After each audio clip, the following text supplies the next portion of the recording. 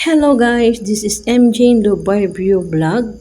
So today's video, ako po ay magpe-prepare at mag-aayos para sa aming pag-alis, pabakasyon doon sa aming papuntahang mga kapatid ng aking mga nanay doon sa Jeddah. So yan po, ako po ay nagsusuklay na at para ako po ay magpuni.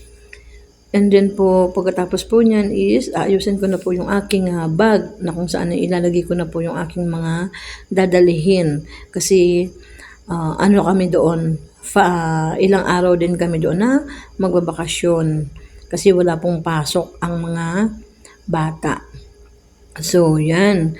Inuuna ko na pong anuhin po yung tuwalya, yan, dahil syempre kailangan po nating maligo din doon kahit ilang araw lang po tayo. So, yan, indagay ko na po sa bag ang aking tuwalya. And then, napapansin niyo po minsan isa ako'y napapalingon dahil yung aking alaga, talagang gusto rin po niyang magsalita.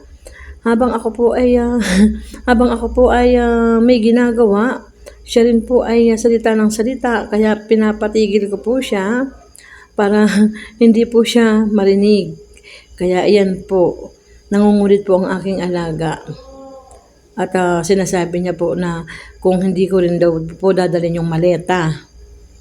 Kaya ayan po, pinapa-stop ko po siya sa kanyang pagsasalita habang ako po ay busy sa mga pinagdalalagay ko po sa aking mga bag na ginagamit ko po sa aking katawan. Ayan po.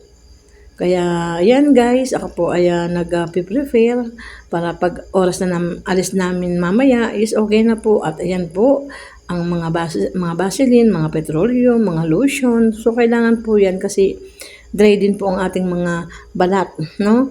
Lalo-lalo na po yung ating mga talampakan is nag-ihiwa-hiwa po. Kaya kailangan po palagi may petrol.